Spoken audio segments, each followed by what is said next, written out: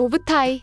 오늘은 국토부 실거래가가 들어오지 않는 월요일이라 특별 편성으로 강남 3구 하락률 탑10을 만들어 보았습니다. 그럼 오늘의 뉴스부터 시작할게요. 첫 번째 뉴스입니다. 특례보금자리론 약발 끝났나? 주택거래량 2개월 만에 감소했다는 소식입니다. 한국부동산원에 따르면 전국 매매 거래량이 2개월 만에 감소했다고 하는데요. 4월 전국 매매 거래량은 47,000건으로 전월 대비 9.1% 감소했습니다. 정부가 사실상 거의 모든 규제를 풀어주고 집값 반등을 위한 특례론까지 지원해줬는데 2개월 만에 효과가 끝나버렸네요. 진짜 불장이었으면 이 정도면 단숨에 최고점을 갱신했을 텐데 말이죠. 게다가 하반기 추가 하락 기대에 따른 관망세까지 더해져 거래량은 더 감소할 것으로 보인다고 합니다. 특히 역전세난과 금리 동결이 이루어지면 매수세가 실종할 수 있다고 했습니다. 실제 저희 오브탓의 1일 집계에서도 거래량은 확연히 줄고 있는데요. 5월 거래량은 4월의 80% 수준이고 6월 거래량은 4월의 60% 수준도 어려울 듯합니다.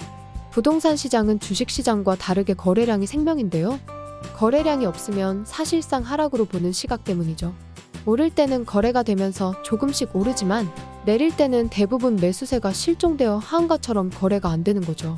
집 보러 오는 사람이 한 명도 없이 1년이 지나가는 경우가 대부분입니다. 두 번째 뉴스입니다. 인구 줄면 집값 빠진다? 2030년 이후에는 부동산 비중 줄여라라는 헤드라인입니다.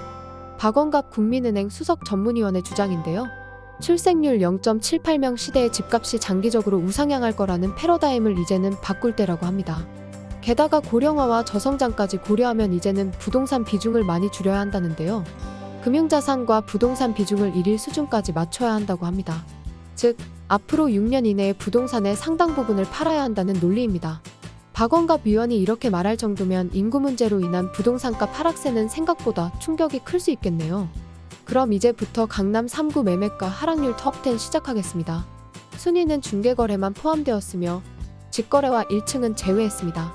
대상 기간은 5월 중순부터 현재까지 한 달간 거래입니다. 10위는 잠실에서 나왔습니다. 엘스 34평이 19억에 거래되면서 최고가 27억 대비 30% 하락했습니다.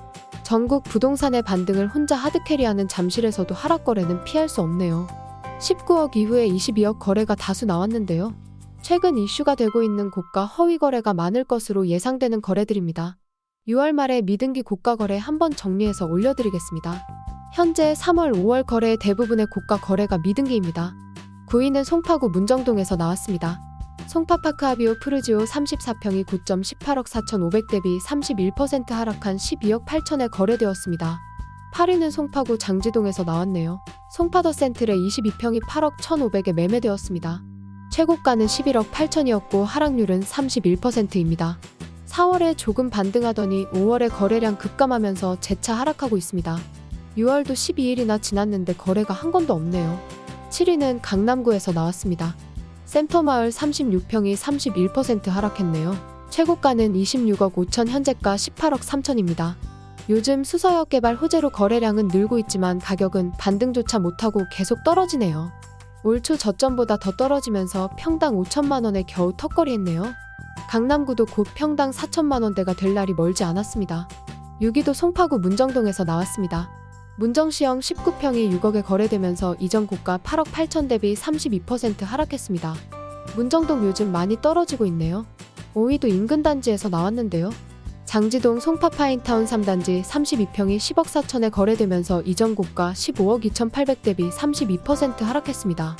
송파도 송파 나름이지 외곽은 30%대 하락이 흔하네요. 4위는 잠실에서 나왔습니다.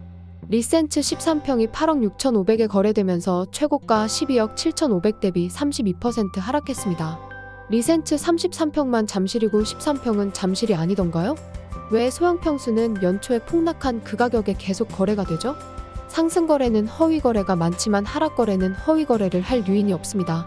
일부러 시세를 낮추고자 할 집주인도, 중개사도, 언론도, 은행도 없을 테니까요. 그렇다면 잠실의 시세는 상승 거래보다는 하락 거래들이 진실에 가깝다고 봐야겠죠? 다음 3위는 송파구 풍납동에서 나왔는데요.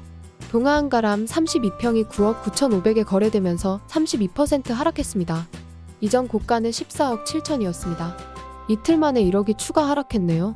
2위는 서초구에서 나왔는데요.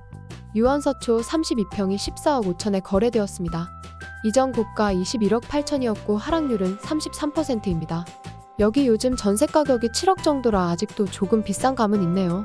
대망의 1위는 강남구에서 나왔습니다. 수서동 까치마을이 그 주인공인데요. 17평이 최고가 13억 5천 대비 36% 하락한 8억 6천에 거래되었습니다. 요즘 특례론 받아서 여기 구입 많이 한다고 하는데요. 정부 지원과 수서역 개발 호재에도 불구하고 가격은 계속 하락하네요. 이상입니다. 구독과 알람 설정으로 가장 빠른 부동산 뉴스와 시세를 매일 받아보세요. 그럼 오늘도 오붓한 하루 되세요.